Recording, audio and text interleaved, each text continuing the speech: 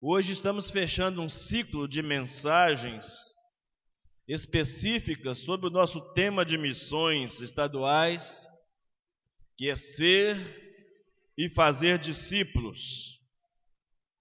Mas é apenas um ciclo de mensagem que se encerra, irmãos, porque a pegada do discipulado continua e precisa continuar cada vez mais forte e mais vibrante de nossa parte, mesmo em tempos de pandemia.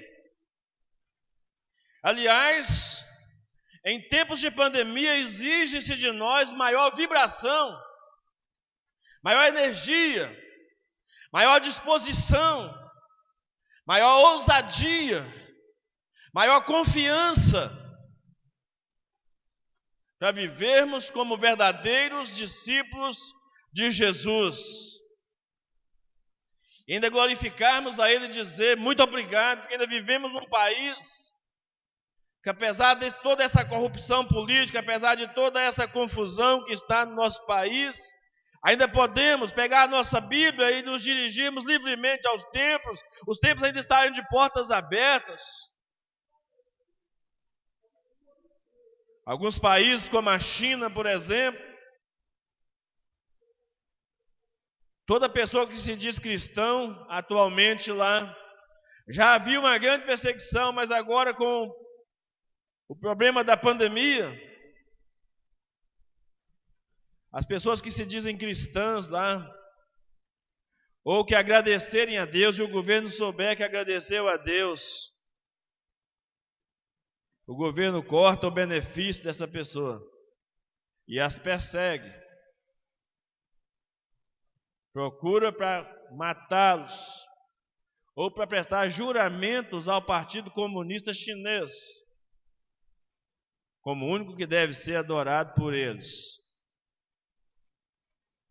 Imagina os irmãos, que nós temos milhares e milhares de irmãos hoje na China, desejando um pouco da liberdade que nós temos para servirmos e adorarmos ao Senhor. E por aquelas coisas que não são por acaso, é uma das igrejas que mais cresce no mundo, a igreja cristã ou evangélica da China, em meio ao fogo da perseguição. Enquanto que no Brasil o crescimento numérico, estatístico, é enganoso. Muita gente nessa pandemia resolveu desistir de seguir a Jesus, de frequentar uma igreja. Alguns acharam as lives dos artistas mais interessantes do que as lives dos pastores cristãos, ou supostamente cristãos. E é lamentável que aconteça isso em nossa nação. Nós falamos domingo passado que há uma grande contradição. Aliás, temos repetido isso aqui várias vezes. Aquele país, que é o nosso país, o Brasil, que é chamado do maior país cristão do mundo, também é o país que promove a maior festa pagã do mundo, o Carnaval. É um contraste terrível em solo brasileiro. E nós estamos como igreja do Senhor plantados nesse meio para fazermos a diferença nesse lugar. Quando você começar, amados, a adotar o princípio do discipulado, quando você começar a adotar o princípio do discipulado como um estilo de vida para você, você descobrirá que poderá não ser importante para mais ninguém nessa vida, mas para você especificamente, fará toda a diferença ter um estilo de discípulo de Jesus. Isso mudará radicalmente a sua vida e mudará as circunstâncias ao seu redor, por causa da ação sobrenatural de Deus na sua vida e através da sua vida. que há de impactar essa sociedade pelo poder de Deus. Eu creio. Encerramos agora esses dias uma jornada de discipulado de 12 semanas, a grande história da redenção. Vários irmãos estiveram conosco, semanalmente, diariamente, fazendo as suas lições, e uma vez virtualmente nos encontramos para compartilhar das nossas experiências. Foi um tempo de crescimento, um tempo gostoso, mas essa semana, ou essa jornada de discipulado, revelou muitas coisas. Por exemplo, que precisamos melhorar a nossa intimidade com Deus. Se não tivermos a disciplina de termos momentos a sós com Deus, momentos devocionais, significa que outras coisas estão ocupando prioridade nas nossas vidas. Essa jornada de discipulado revelou que nós precisamos ser mais treinados. Isso se tornou inclusive um grande desafio para mim, treiná-los para evangelizar. Mas treinados para evangelizar de uma maneira que não somente fique na teoria, mas que funcione na prática. E treinados para cuidar de quem você evangelizou, que é o discipulado. E queremos falar sobre isso essa noite, sobre o significado do discipulado. Abra a sua Bíblia no Evangelho de João, capítulo 8.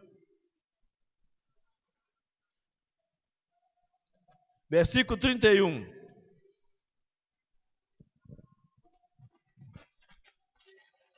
Evangelho de João, capítulo 8, versículo 31.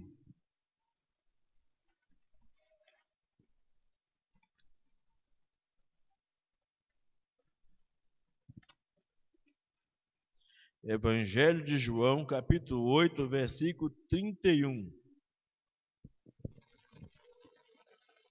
Disse Jesus aos judeus que haviam crido nele: se vocês permanecerem na minha palavra, são verdadeiramente meus discípulos. Agora olha o que diz o capítulo 13 do mesmo Evangelho de João.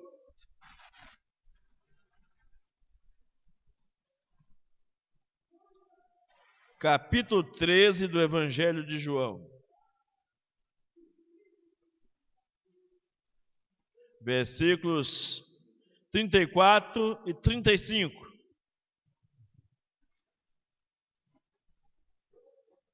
Evangelho de João, capítulo 13, versículos 34 e 35. Diz assim a palavra de Deus: eu lhes dou um novo mandamento, que vocês amem uns aos outros, assim como eu os amei, que também vocês amem uns aos outros. Nisto todos conhecerão que vocês são meus discípulos, se tiverem amor uns aos outros. Um pouquinho mais adiante, capítulo 15. Vamos passeando aí pelo Evangelho de João. Capítulo 15, versículo 4, 5, 8 e 16. Evangelho de João, capítulo 15, versículo 4, 5, 8 e 16. Permaneçam em mim, e eu permanecerei em vocês. Como o ramo não pode produzir fruto de si mesmo, se não permanecer na videira, assim vocês não podem dar frutos, se não permanecerem em mim. Eu sou a videira, vocês são os ramos. Quem permanece em mim e eu nele, esse dá muito fruto, porque sem mim não podem fazer nada. Vocês não podem fazer nada. Verso 8. Nisto é glorificado o meu Pai, que vocês deem muito fruto, e assim mostrarão que são meus discípulos. Verso 16.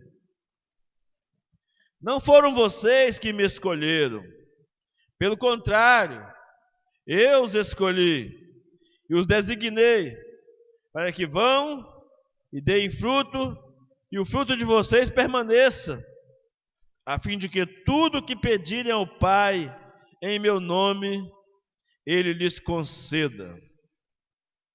Amém. E para fechar essa parte de leituras de textos bíblicos, Evangelho de Lucas, capítulo 14. É um texto que nós já usamos, mas gostaríamos de voltar nele. Lucas 14, versos 26 e 27, depois o verso 33.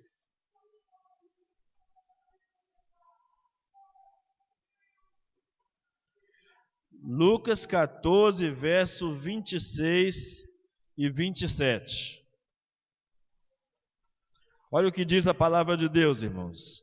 Se alguém vem a mim e não me ama, mais do que ama o seu pai, a sua mãe, a sua mulher, os seus filhos, os seus irmãos, e as suas irmãs, e até a sua própria vida, não pode ser meu discípulo. E quem não tomar a sua cruz e vier após mim, não pode ser meu discípulo. 33. Assim, pois, qualquer um de vocês que não renuncia a tudo que tem, não pode ser meu discípulo. Amém. Nosso Deus, te agradecemos pela tua palavra nesta noite. Pedimos que fale ao nosso coração, por misericórdia e graça, ó Pai. Essa palavra é muito clara, muito objetiva, mas ainda temos dificuldades muitas vezes para entendê-la e para obedecê-la, ó Pai, para aplicar na nossa vida. Nós sabemos que ela existe, sabemos que essas são exigências do reino, são exigências do discipulado, são condições para permanecer na tua palavra, mas nós muitas vezes deixamos de lado ensinamentos tão importantes.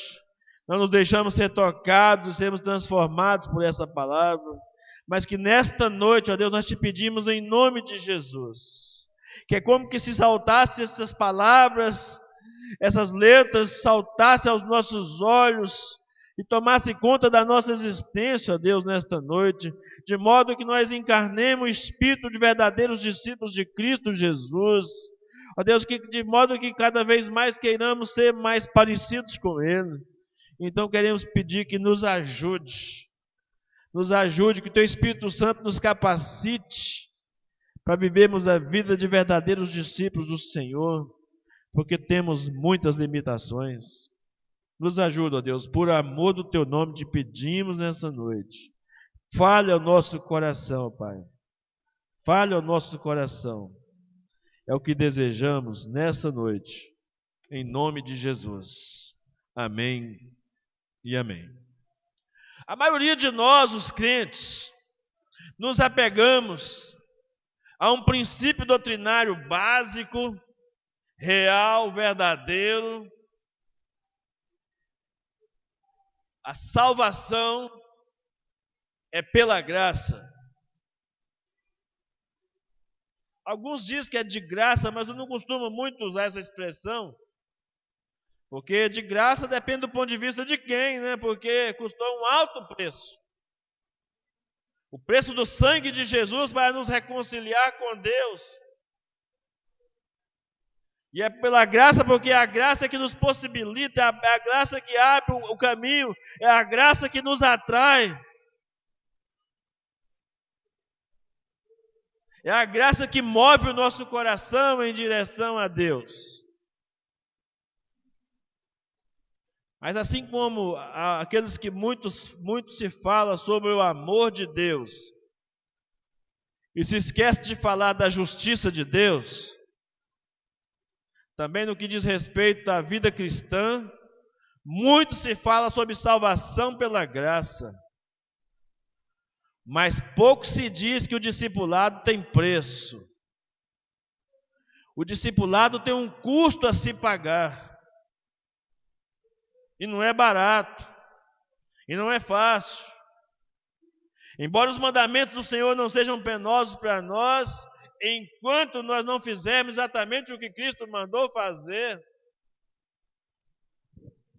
se torna muito difícil para nós cumprirmos o nosso chamado, para sermos discípulos de Jesus. Uma das pessoas que afirmou isso foi Billy Graham, um dos maiores evangelistas de todos os tempos. Ele diz: salvação é de graça, mas o discipulado custa tudo que temos.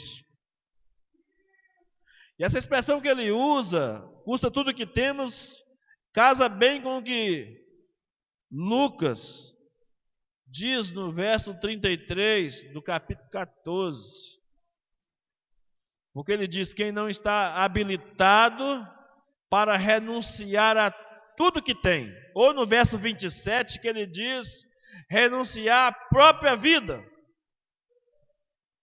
Não é digno de mim, ou não pode ser meu discípulo, disse Jesus.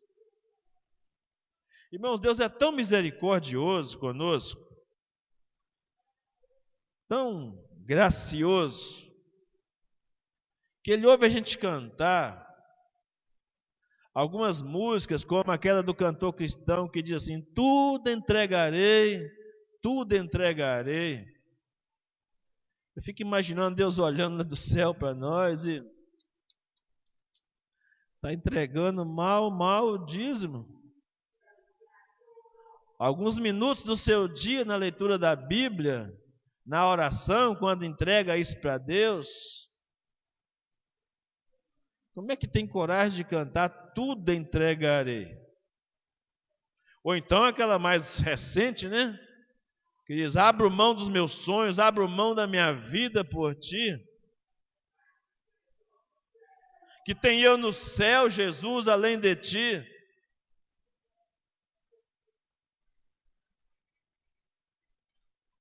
E Deus está olhando para nós, irmãos. A Bíblia diz em Provérbios 15:3 que os olhos do Senhor estão em todo lugar, contemplando os bons e os maus. No Salmo 139, os versículos finais, ele diz que o salmista pede a ele: Deus, sonda o meu coração, vê se há em mim algum caminho mau e guia-me pelo caminho eterno. Faz uma sondagem no meu interior. Observe as motivações do meu coração. Por que eu sirvo como eu sirvo? Por que eu faço o que eu faço? Por que eu falo o que eu falo? Por que eu penso o que eu penso? Faz uma sondagem, Senhor, em mim. Irmão, ser e fazer discípulos é um mandamento e uma necessidade. Jamais nos sentiremos em paz conosco mesmo e com Deus, embora fomos justificados, embora temos a promessa de experimentarmos a paz da reconciliação com Deus, mas de fato, ainda como cristãos, vivemos um tanto quanto aflitos, preocupados, nervosos, agitados, angustiados nesse mundo tenebroso. Porque nós temos uma paz declaratória por meio da justificação, mas muitas vezes não sabemos o que é experimentar aquela paz de Filipenses 4:7, que diz que excede a todo entendimento. Aquela paz que não é necessariamente ausência de problemas. Que a verdadeira paz não é ausência de problemas. É convicção da presença de Jesus. Ele está no barco com você. Se passar o temporal, Ele é Deus. Se não passar, Ele continua sendo Deus. Se a pandemia acabar no mês de agosto, Ele é Deus. Se não acabar, Ele continua sendo Deus. Não mudou nada para Deus, mudou muita coisa para nós, como discípulos de Jesus. E enquanto nós estivermos cumprindo a grande comissão, não encontraremos paz, não encontraremos satisfação na vida cristã. E só encontraremos quando estivermos em plena obediência aos mandamentos do Senhor nosso Deus. Na pior das hipóteses, irmão, quando estivermos nos esforçando para sermos mais parecidos com Jesus. E textos como esses que nós lemos, aliados a outros tantos textos bíblicos, como Marcos 8,34, por exemplo, que nos diz que o discipulado envolve todo um processo. Há uma decisão. E uma decisão pessoal de se alguém quiser vir. É uma decisão para o discipulado, para fazer parte nas fileiras de frente do reino de Deus, de estar na vanguarda dessa batalha espiritual que nós atravessamos no mundo perverso. Ele diz: se alguém quer vir, é uma escolha pessoal e voluntária. Eu me entrego, eu me rendo ao chamado de Deus para a minha vida. A segunda coisa que eu aprendo em Marcos 8,34 é que é necessário ter uma centralização em Cristo. Ele diz: se alguém quer vir após mim, ou seja, sob a minha direção. Quando você sai das trevas, sai do pecado e Cristo entra na sua vida, é preciso mudar a plaquinha da sua história, dizer, sob nova direção. É preciso mudar a plaquinha da sua vida, sob nova direção. Já viu quando alguém vende um comércio, passa um comércio para frente, alguém vai lá e coloca sob nova direção. Pois é. A sua vida, quando você abandona a carne e começa a viver no Espírito, tem que saber, você precisa saber, o diabo precisa saber, o mundo precisa saber que a sua vida agora está sob nova direção, porque agora você é chamado para vir após Cristo. Ou seja, na direção dele, no comando dele. Discipulado, então, exige centralização em Cristo. Não existe discipulado verdadeiro onde Cristo não seja o centro. O centro não é o pastor, o centro não é o seu discipulador, o centro não é a sua denominação. O centro é Cristo. Diz muito bem a canção Diante do Trono quando diz, seja o centro. E é isso que nós precisamos de entender no discipulado. Que o centro é Jesus. E quando o centro for Jesus, duas coisas precisam acontecer, coladinho um na outra. É preciso existir a crucificação do meu eu,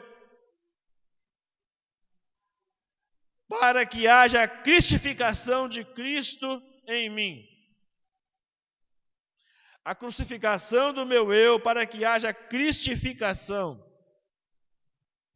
A crucificação do meu eu, ele resume na expressão, negue-se a si mesmo e tome a sua cruz. E o que chamamos de cristificação é semelhante ao que Paulo diz em Romanos 8:29, que fomos predestinados para sermos conforme a imagem do seu Filho, é nos tornarmos parecidos com Cristo. E ele diz, vem e segue-me. Ou seja, em outras palavras, ele está dizendo que ninguém poderá segui-lo sem se identificar com ele. Ninguém poderá seguir a Cristo sem identidade, sem se identificar com Ele. Sem que as marcas de Cristo estejam na sua vida. Toda vez que Paulo enfrentava os grandes embates, e lá na carta aos Gálatas, por exemplo, ele tem uma grande referência sobre isso, ele diz que ninguém mais me importune, porque eu trago no meu corpo as marcas de Cristo. A autoridade que o cristão carrega não é a sua autoridade pessoal, é a autoridade de Cristo na sua vida. Basicamente é isso que a Bíblia está dizendo. Numa próxima oportunidade podemos aprofundar mais nesses termos mencionados aqui, sobre exigências do discipulado. Hoje queremos focar mais especificamente no significado, embora ele envolva também as condições e as exigências para o discipulado. Uma definição mais técnica, poderíamos dizer assim, discípulo era a palavra favorita de Cristo, para aqueles cujas vidas estavam ligadas entranhadamente com Ele. Uma ligação de alma. A palavra grega para discípulo, matetés, significa aprendiz, pessoa ensinável, coração ensinável, pessoa treinada. E essa palavra aparece 269 vezes no Novo Testamento, nos Evangelhos e em Atos dos Apóstolos. Mas Jesus tem sua própria definição de discipulado. Ele apresenta nos textos que nós lemos pelo menos três características fundamentais que definem um verdadeiro discípulo de Jesus.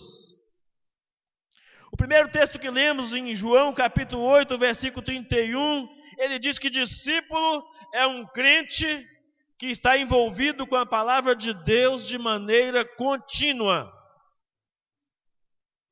Discípulo é um crente que está envolvido com a palavra de Deus de maneira contínua. E ele disse: se vocês permanecerem na minha palavra. Permanecer indica continuidade. Ninguém permanece sem continuidade. Ninguém permanece começando algo, deixando para trás, abandonando no meio da caminhada. Tanto que Jesus chega a dizer que aquele que lança a mão do arado e olha para trás não está habilitado para o reino de Deus. Que os seus motivos, por exemplo, para abandonar uma igreja, que seja os homens e não o evangelho. Porque se você está em outra igreja, se você está em um outro lugar, buscando a palavra de Deus, é porque o seu negócio é com o evangelho de Cristo e não com os homens. Porque os homens, eu e outros demais pastores, nós podemos decepcionar as pessoas, vocês podem me decepcionar e eu decepcionar vocês também. Por isso que o discipulado tem que ser centralizado na pessoa de Cristo. Mas é preciso que líderes e liderados estejam focados numa vida de discipulado cristão. Desejosos de formar uma identidade, um compromisso com o reino de Cristo. E para isso a Bíblia não pode ser um mero livro que você leia como se estivesse lendo um jornal, uma revista, um livro qualquer. É o seu guia diário. É o seu guia confiável para a sua vida diária. E é por isso que Jesus disse que o aprendizado dessas verdades produzem ou promovem a nossa libertação. O verso seguinte, o verso 32, diz assim: e conhecereis a verdade. Olha, se você permanecer na palavra, Qual que vai ser o resultado de você permanecer na palavra? Além de você ser identificado como discípulo de Cristo, você vai ter o privilégio de conhecer a verdade. E sabe qual que é o resultado disso? Vocês serão livres. Parece que eu não entendi ou vocês não entenderam. Vocês serão livres. Amém? A máscara não pode impedir você de dar um amém, não. Um glória a Deus. Que privilégio poder gozar da liberdade que alcançamos somente pelo conhecimento da verdade em Cristo Jesus. Porque Ele mesmo é a verdade, a Bíblia diz. João 14, 6. A segunda coisa que Jesus nos dá como pista aqui, irmãos, é que o discípulo é alguém que dá a sua vida pelos outros. O quanto você está disposto a dar a sua vida pelos outros. Quando eu sempre menciono isso aqui, eu me lembro de como que as pessoas sabem de cor João 3,16 e como as pessoas não sabem de cor 1 João 3,16. Os irmãos mais antigos da igreja estão cansados de me ouvir falar isso aqui. De fazer até umas pegadinhas de vez em quando. Pedir alguém para recitar rapidamente. Recita rapidamente. 1 João 3,16. E é tentador, né? Ir lá, porque Deus amou o mundo de tal maneira. Isso é João 3,16.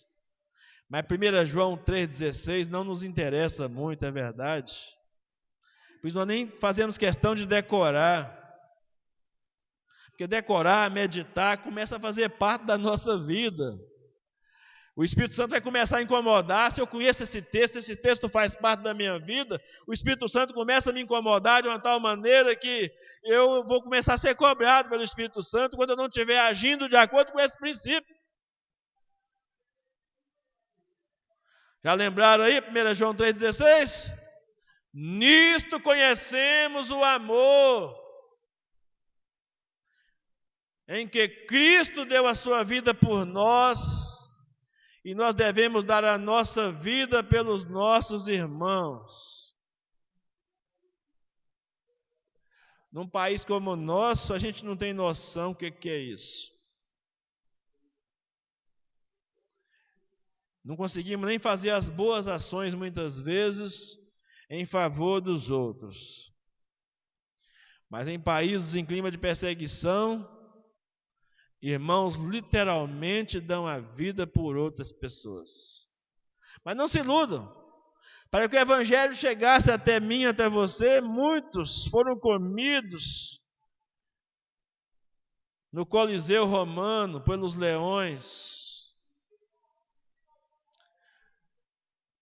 No início, no tempo dos pais da igreja, e também no período da Idade das Trevas, muitos cristãos foram queimados vivos em praça pública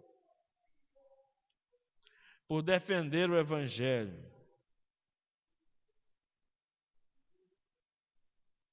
E eu, quando leio a história desses homens, eu amo ler a história desses homens de Deus no passado. Sem contar os discípulos, sem contar o mestre que foi o primeiro, o principal, que morreu crucificado por nós. E os discípulos todos, que, exceto João, que morreu velho de dias e abandonado na ilha de Patmos, que também é uma tristeza. Todos os outros foram mortos.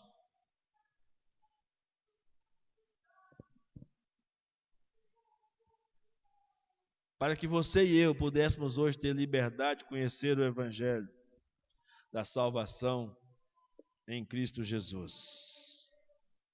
Jesus disse assim, irmãos, ninguém tem maior amor do que esse, de dar a alguém a sua vida pelos seus amigos. João 15, verso 13.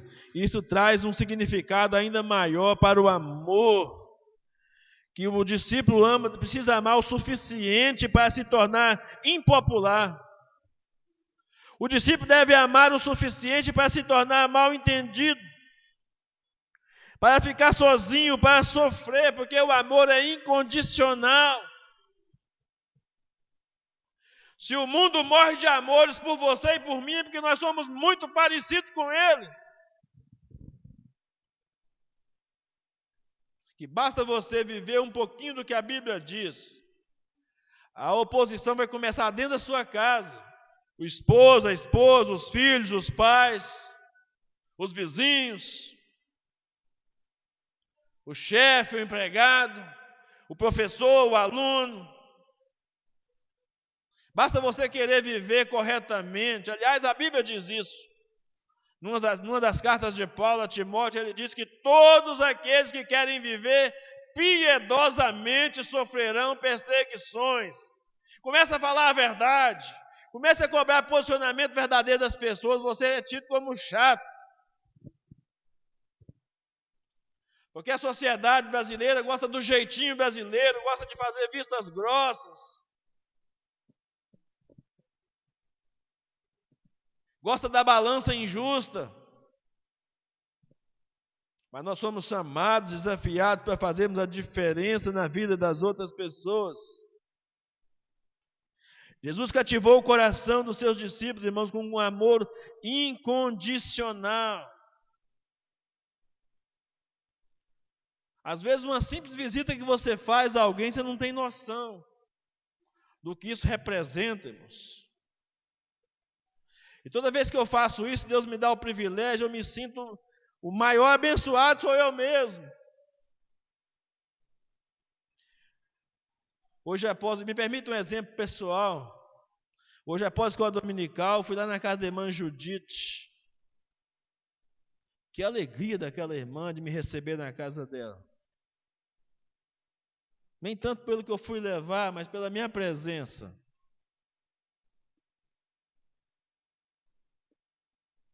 Que bom que o senhor voltou, pastor, porque aquela história de coronavírus é tudo mentira do povo aí.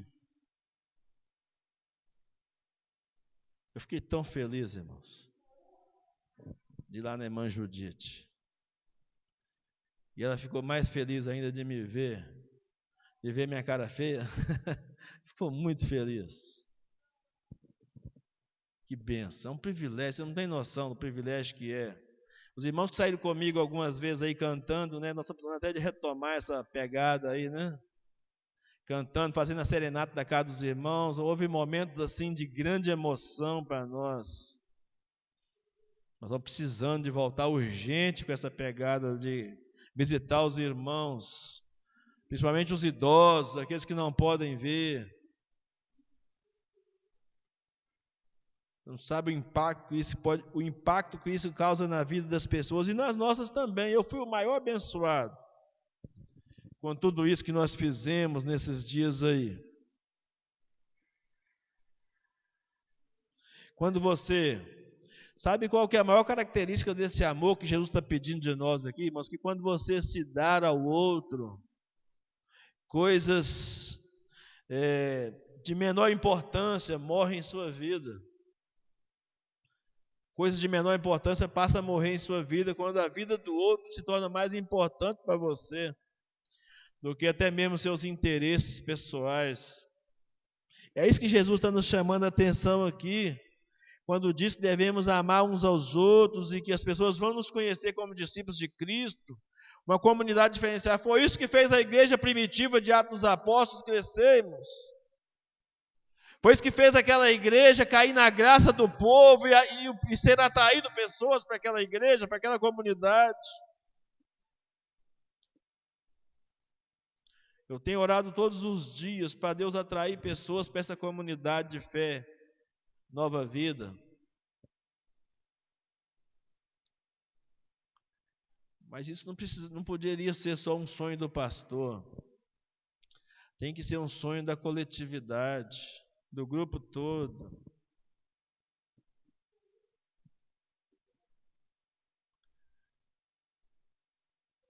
Claro que me alegro com todos os irmãos que vieram ao culto, né? Mas há um casal aqui essa noite,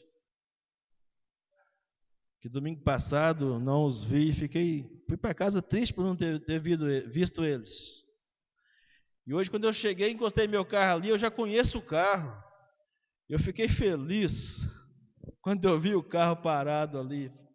Só confirmei com o irmão que estava na portaria. São eles mesmo, pastor. Eu falei, glória a Deus, que alegria poder vê-los de novo. É assim, irmãos, que Deus espera de nós essa alegria, esse entusiasmo de vermos as pessoas, nos relacionarmos com elas. Hoje à tarde um irmão da igreja me mandou uma mensagem, pastor, coloca meu nome na lista. Eu falei, já coloquei, varão.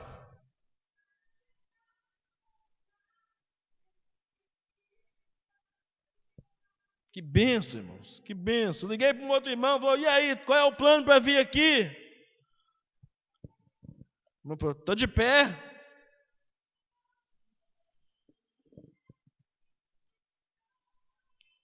Estou pensando até em comprar uma Kombi para mim, só para buscar gente. Só para buscar o povo. Que benção. Sério. Essa alegria, esse amor transbordando, irmãos. O amor de Deus, o amor de Cristo em nós não pode caber em nós. Precisa transbordar de nós. Aquilo que a Bíblia chama de boa medida, recalcada, sacudida, transbordante. É uma condição que Jesus olha e diz, é discípulo. Se está agindo assim, é discípulo.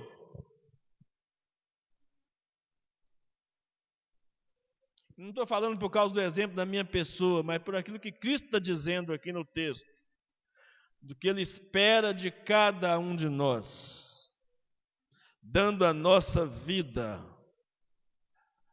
Abrimos mãos, irmãos, de certos direitos.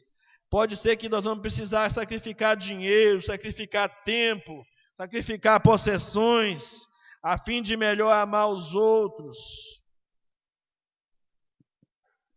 E isso é possível em nossas igrejas hoje em dia. Sabe quando? Quando o amor de Deus está derramado em nossos corações, por meio do Espírito Santo. Romanos capítulo 5, versículo 5. É uma inundação do amor de Deus em nossos corações. A terceira coisa que Jesus apresenta para nós, como definição para o discípulo, é a frutificação e a multiplicação. Ele disse aqui por várias vezes no capítulo 15, fazendo uma referência bem interessante, dizendo que esse dá muito fruto. Aquele que permanece nele dá muito fruto. A palavra fruto, muitas vezes nas Escrituras, está muito usada a questão da nossa vida interior, do nosso relacionamento com Deus. Paulo cita isso lá em Gálatas capítulo 5, versículo 22 e 23. Mas há também uma avaliação desse fruto como sendo a reprodução de pessoas que se pareçam com Cristo através de nós. Porque ele disse que nisto é glorificado meu Pai, que nós demos muitos frutos e assim demonstremos sermos discípulos de Jesus. De forma que os discípulos de Cristo são pessoas que produzem o fruto que resulta em permanecer em união com Ele, o fruto interior, mas que transborda numa ação exterior, de fazer outras pessoas também parecidas com Jesus. Em João 15, em Gálatas 5, 22 e 23, não há nenhuma dúvida que a Bíblia está falando de mudança interior, mudança de caráter, o fruto do Espírito. Mas em João 15 não há nenhuma dúvida que a Bíblia está falando de pessoas, de conquistar pessoas para o reino. E no capítulo 17, quando nós chamamos aquele capítulo da oração sacerdotal, ele termina, ele completa o raciocínio, quando ele ora, capítulo 17, versículo 20, ele diz, e rogo não somente por estes, mas também por aqueles que pela sua palavra hão de crer em mim. Sabe, um dia Jesus orou por você. Um dia Jesus orou por mim. orou por nós e orou para tantos quantos nós vamos anunciar o Evangelho para que se convertam e venham a Jesus. Você é a resposta da oração de Jesus, meu irmão. Amém? Você é a resposta da oração de Jesus. Fala com o irmão que está do seu lado aí, você é a resposta da oração de Jesus.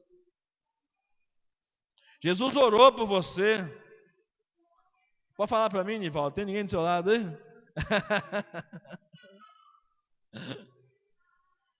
Você é a resposta, Nivaldo, da oração de Jesus. E de mais um bocado de gente que orou por você.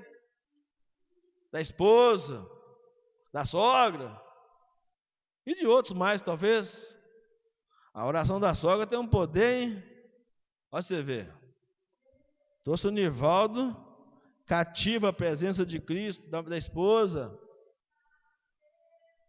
E de outros irmãos, amigos, conhecidos. E isso aconteceu com cada um de nós aqui. Nossas mães, nossos avós, nossos tios, alguns amigos, alguns irmãos. Alguém orou por nós. Mas eu gosto tanto de saber que Jesus orou por mim um dia. Ele diz, eu rogo não somente por aqueles discípulos do momento, mas também por aqueles que pela minha palavra, ou pela tua palavra, hão de crer em mim, disse Jesus. Então Jesus incentivou que o fruto não só deve ser muito fruto, mas deve ser fruto que permaneça. E fruto para permanecer precisa de cuidado. E às vezes a gente cuida errado. A gente tem as ferramentas erradas para cuidar. Precisamos aprender na palavra de Deus o modo certo de cuidar, de discipular, para fazer nosso fruto permanecermos. Talvez seja a nossa maior dificuldade fazer o fruto permanecer. Outro dia vi um camarada postando um negócio na internet, dizendo que era bom para matar pulgão de hortaliça, de planta e tal. E eu peguei aquele negócio e fiz lá o misturado que ele mandou fazer e fui lá nos pés de pimenta, acabaram com meus pés de pimenta. Caíram todas as folhas. Não sei se vai renovar agora com força, com vigor. Mas ficou muito feio olhar para o meu pé de pimenta todo peladinho lá. Às vezes nós usamos as ferramentas erradas para fazer o discipulado que dá resultado. Nossa união com Cristo precisa trazer resultado visível e permanente. E eu quero terminar essa palavra, irmãos, dizendo que todas aquelas condições apresentadas em Marcos 8:34, decisão, centralização em Cristo, crucificação do eu, a cristificação ou o ato de me tornar cada vez mais parecido com Cristo, aliado com as exigências de Lucas 14, 26 e 27, e de carregar a própria cruz, o instrumento da morte do meu eu,